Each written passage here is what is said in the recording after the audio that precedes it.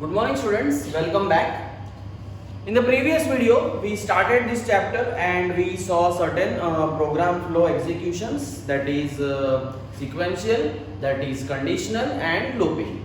We had a detailed discussion of sequential and conditional programming flow approach with examples, and we also introduced you to the if condition, that is if, elif and else statements. Okay, we saw examples of that so that you have a clear idea how things are going. Now today in this video we will be seeing the last type of program flow, that is looping or iteration. First of all, let us understand the meaning of iteration or looping. Many times in Python students, you may require a group of statements to be repeated again and again. Okay, now one approach can be you will write all the group of statements again. Okay, now suppose for example we will take a simple one that we want to print 1 to 100. Now you will normally with sequential approach, what you will do? Print 1, print 2, print 3 up to print 99, print 100. Okay, it is okay, but actually the program becomes unnecessary lengthy. Okay, logic of the program is not that much, but we are following lot of sequential approach.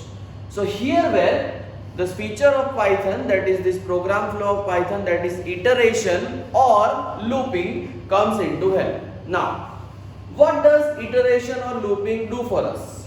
It makes sure that we are able to repeat, okay, we are able to repeat certain statements with a fixed number of times with a given logic. Okay, suppose we want to print 1 to 100. Normally with sequential approach we will write everything, but with the looping structure we will write the logic. We will write only one or two statements, and those statements will be repeated again and again with different logic. So we will be able to get 1 to 100.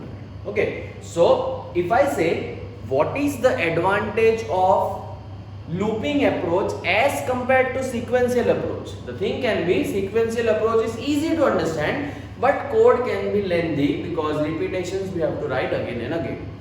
Looping, yes, little bit complicated to understand, but once you understand the thing, the code will be very short and it will be very smaller as compared to the sequential approach. Okay, so what is a looping structure? What is an iterative structure? Python has a feature called looping which allows us to repeat certain statements again and again. This can be done with the help of looping. Okay, now students, in Python there are two kinds of looping structures that we are going to see. One is for loop, another is while loop. Okay, I will give you details, syntax, example of both the cases. Okay, then you can decide which one is more easier to use as compared to the other. Okay, first we will see details about for loop with the syntax, with the example, with the you can say different types, different scenarios. Then we will see about the while loop. Okay, so let us start with for loop first of all. Okay students, I have not written the syntax in advance so that you can understand what I am writing step by step. Okay, so please pay attention. I am writing first of all what? I am writing the syntax of for loop. Then I will be giving you certain examples. Understand this. For loop will be very important for 11th and 12th standard purposes. So let us start. For any variable name, correct, in range. Range is a function. Okay, now range will have certain attributes, certain arguments. Starting value we will write, then once I give example it will be more clear. Starting value, comma, ending value plus 1, comma, step and column. Okay, I will give you can say details of all of them. Then we have written the statement for loop, then indentation will be inside, means whatever we will be writing for loop, that will not be here, it will be inside. Here we will write statements to be repeated. Okay, so this will be the simple syntax of for. Now let us have a understanding what things means what. For variable name, you can write any variable name. For I in range, for A in range, for B in range. In range will remain the same, they are keywords. Now please pay attention. Starting value, this will be the value by which your for loop will start. Ending value plus 1, this will be the value that you want your for loop to end, but it should be plus 1. And step means what difference will be there between the values. Now, yes, we will see an example directly. Students, I want to print 1 to 10. What do I want to print? 1 to 10. So I am writing the example here. For variable name we can write anything. I, remember this variable will be very important. For I in range. Written. Now, what did I spoke? What I want to print? 1 to 10. So what should be my starting value? What should I print? 1 to 10. What is my starting value? 1. Done? What is my ending value, students? 1 to 10. What is my ending value? 10. But remember what I have to write? Ending value plus 1. So this will be 10 plus 1, that is 11. Correct? What is the meaning of step? Step means how much difference I want between whatever I am printing. Now I want a difference of what? 1. 1 means after 1 what should be printed? 2. After 2 what should be printed? 3. After 3 what should be printed? 4. So in this case my step will be 1. Understanding, students? Now let us try to print the statements to be repeated. Please pay attention. When the loop executes, this variable will be of utter importance.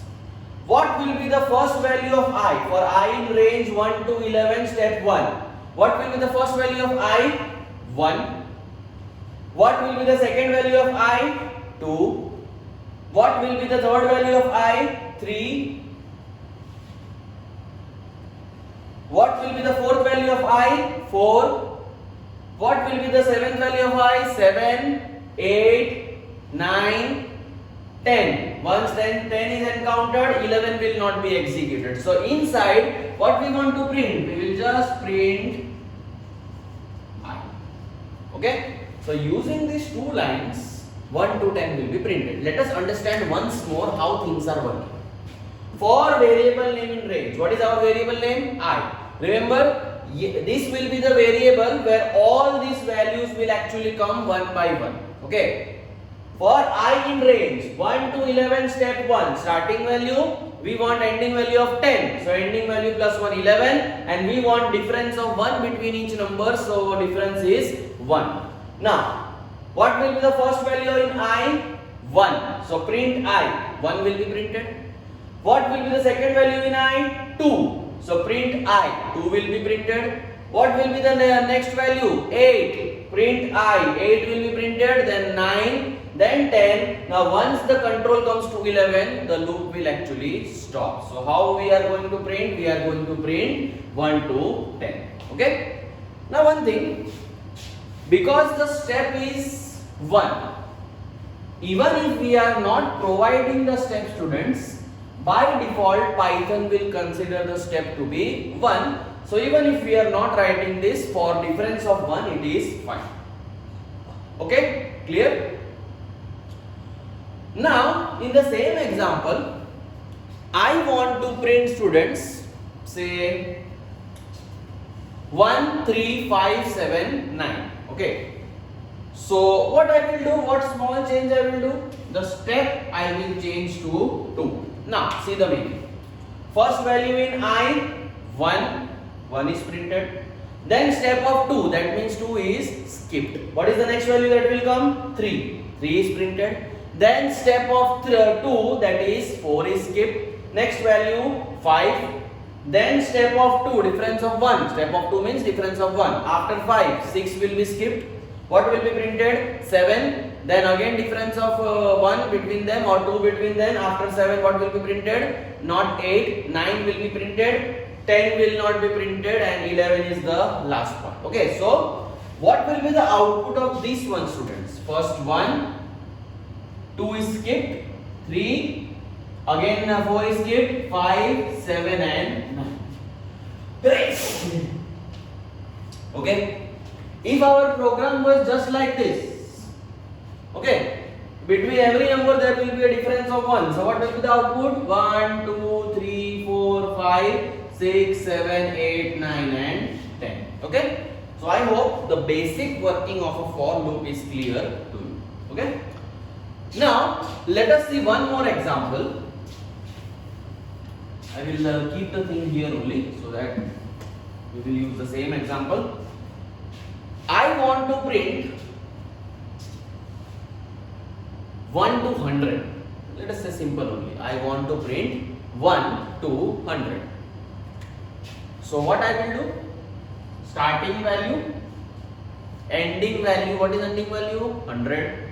What is the syntax? Ending value plus 1. So this will be 1, 0, 1. And 1 to 100 will means there will be step of 1. So if you want to write, we can write 1. I again repeat, if you are not specifying this one, it is also okay. Because if you are not specifying any value, by default step will be 1. And again print of I, you will say that all the numbers from 1 to 100 will be printed. Correct? Okay students, now let us see the last type of this for. I want to print numbers in reverse. We saw example of step 1. We saw example of step 2. In the same way, I think you can understand examples of step 3 and step 4.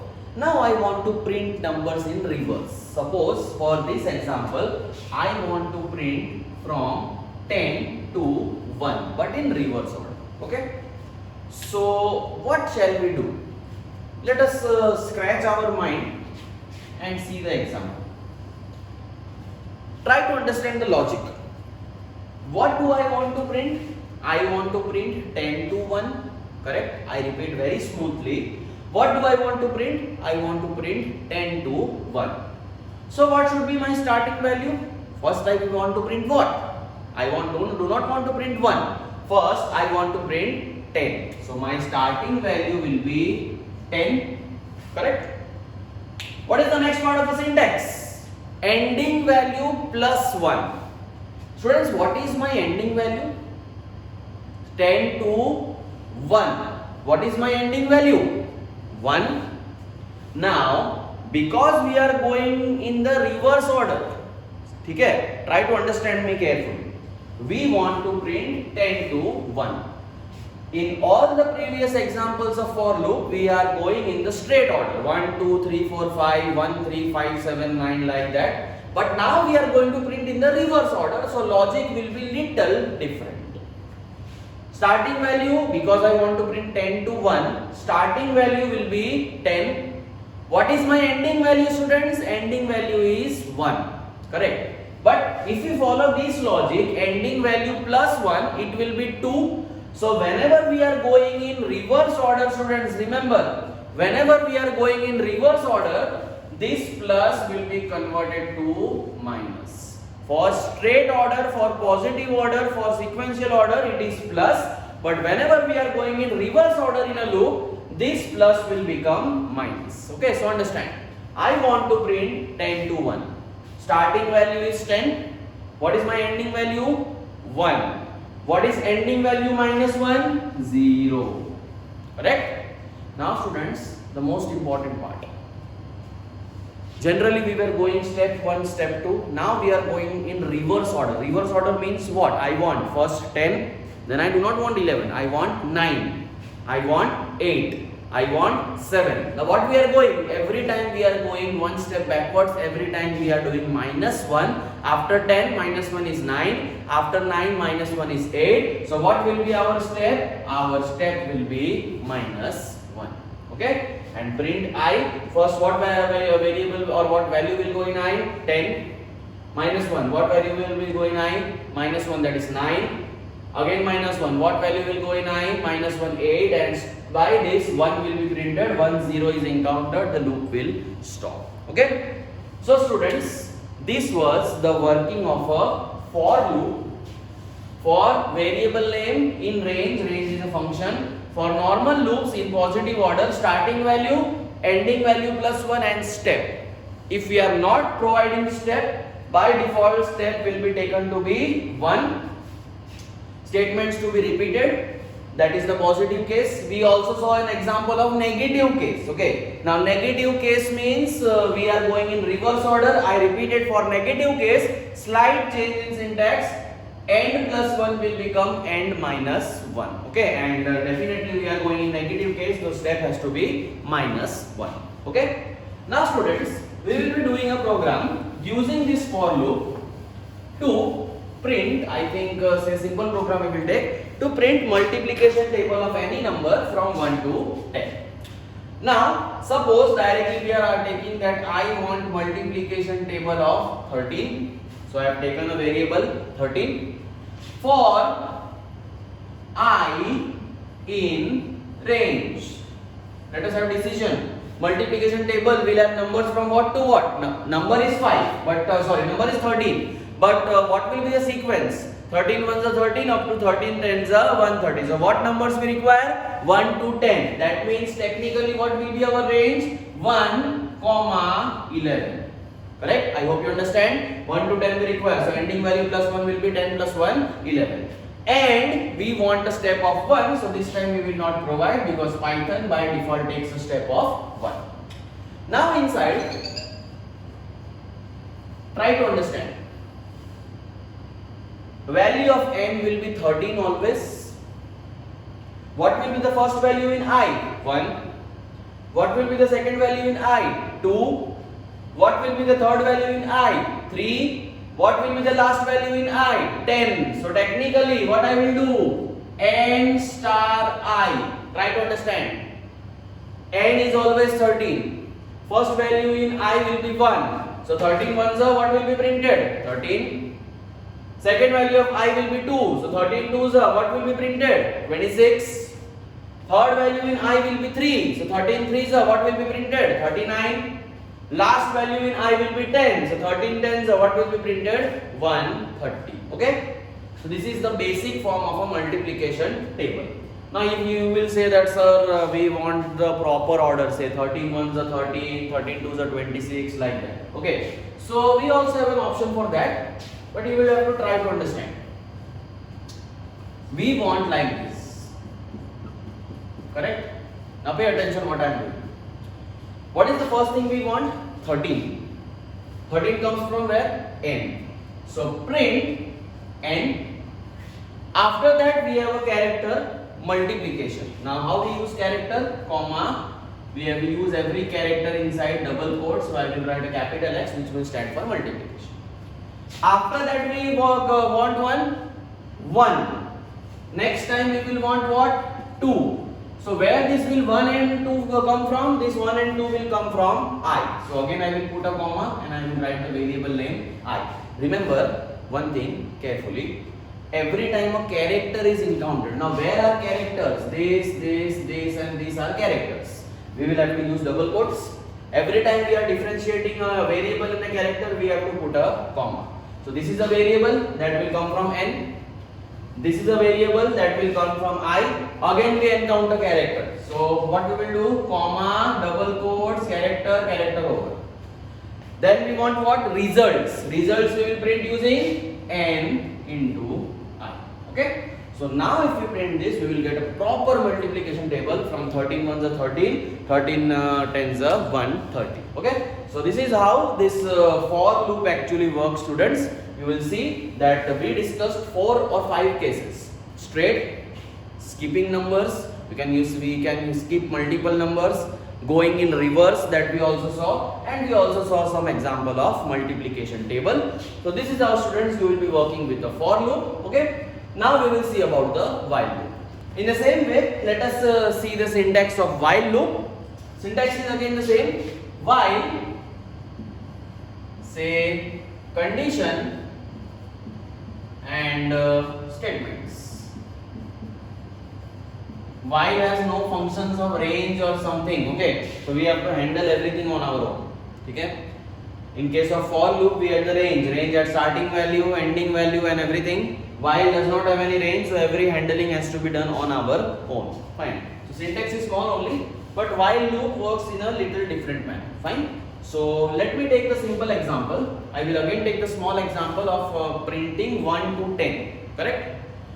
Now, while loop is a little different from for loop. You will understand once I write the example. So let us start with the example of writing or printing the numbers using while loop. Printing which numbers? 1 to 10. Let us see. Say I have taken a variable I equal to 1 because I want to start with 1. While what is my last value? 10. So while there are many possibilities, I is less than equal to 10 colon print I equal to I plus 1. Little complicated as compared to for loop, so that is why I tell all my students that use for loop as much as possible, because it is very easy to understand and very easy to execute. But still, because this is there in the syllabus, we have to discuss. Finally, it is your choice whether to use for loop or while loop. Now, what do we want to print? I want to print 1 to 10. My starting value is 1, so I have taken I equal to 1. Now, what is the meaning of this condition? This I or this loop will work up to less than equal to 10. Okay, yeah, there are other conditions also possible. If I write this less than 11, that will also work. If I write less than 10, that will not work because it will continue up to 9. That is why I wrote less than equal to 10, less than 11 is also correct. So, what will happen? Please understand. Please understand, okay? Value of I is 1. Control will go in loop. Is 1 less than equal to 10? Yes. 1 will be printed. I equal to I plus 1. Now what is the value of I currently? 1. So 1 plus 1 will be 2. What is the new value of I? 2. While 2 is less than 10. Is 2 less than 10? Yes. 2 will be printed. I equal to I plus 1. I equal to 2 plus 1 will be 3. Is 3 less than 10? Yes. 3 will be printed. I will be 4. Is 4 less than 10? Yes. I will be printed 4, 5, 6, 7, 8, 9. Now once 10 is coming, once the value of I is 10, is 10 less than equal to 10? Yes. 10 will be printed. Value of I will be 11. Is 11 less than equal to 10? No. So our loop will terminate. So what I will do finally, I will write both the examples of using both the loop. This is while loop printing 1 to 10. This is for loop for I in range 1 to 11 and print I. Okay. So these are both the programs by which, both the looping structures by which you are printing 1 to 10. I personally prefer for beginners for can be used because it has all rules. All options are available together, so that can be used. Still while loop is fine because what is the difference? Here conditions are specified in range, here conditions are specified outside. How? First value is 1, first value is 1 outside. Last value is ending plus 1, that is 11. Last value I have mentioned here. Okay. The only difference is here we have to do the step part, that is 1 plus 1 part manually. Here step part is taken care of automatically. So these were both the loops in Python, that is the what you can say for loop and while loop. Do not forget we are yet in the topic of program flow control, and this is what kind of program flow control? This is looping kind of program flow control, where again you can see all statements are not executed, all statements are actually executed again and again. This part is executed once, this part is executed again and again. These both parts are executed again and again. So this is what kind of looping structure? You can say for and while based looping structures. So this chapter we started very two important topics, that is looping structures, for and while. All basics that is necessary for this chapter I have actually given. As you know students, computer science is a more practical based subject. So whenever we will come back to school after lockdown, we will have more and more practical programs on this. Also in the coming assignments of the next week, we will have simple programs based on for and while. Okay. So by this we conclude our fifth chapter, conditional and looping constructs. So hope you understand. You can re-see the videos, pause and re-see it. So thank you and have a nice day.